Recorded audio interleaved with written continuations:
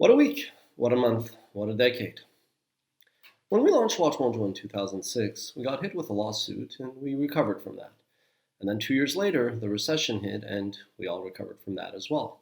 That's just the natural nature of cycles that affects individuals, companies, industries. And we're now asking ourselves if what we have before us is more 2008, 9/11, 1987, or the 1929 Great Depression.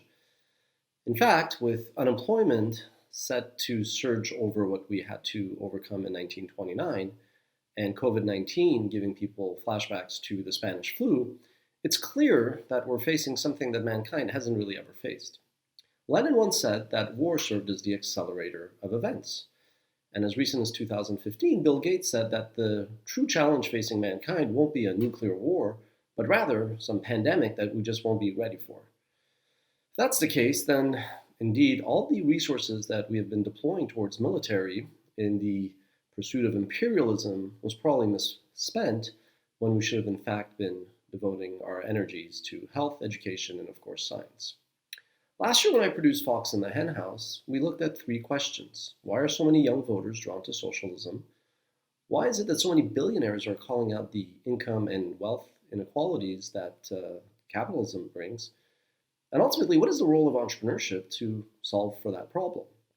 These are questions that we'll be asking ourselves more than ever, especially as even Republican conservative Trump voters will be losing their jobs, thus losing their health care, and like it or not, America tilts left. Not so much USSR-style communism, of course, perhaps not even Scandinavian-style socialism, but some kind of social capitalism that you find in Canada and the UK. And in fact, we're going to need the empathy and safety net that socialism brings, but we want to make sure that we don't lose the ingenuity that capitalism and only capitalism offers. Ultimately, though, what's the takeaway here? Perhaps as society, we have been putting some emphasis on the wrong things and the wrong people. Maybe we should be focused more on teachers and nurses and first responders. Maybe individually we could be a bit less selfish, less materialistic, less greedy.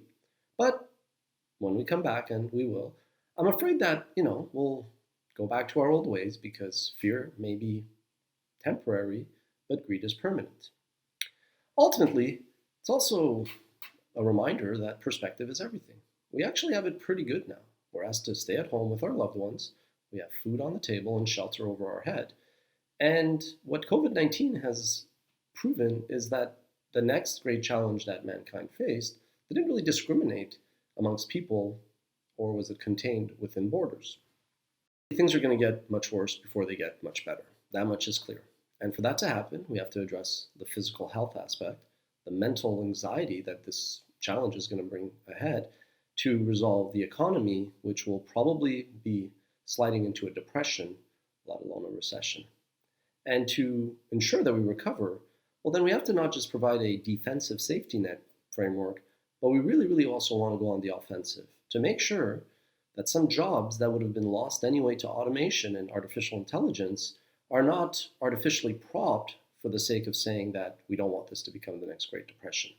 I think it's really important for government, businesses, and entrepreneurs to look at how the natural cycle of shocks to the system will simply accelerate some changes that we would have faced anyway in the years and decade to come.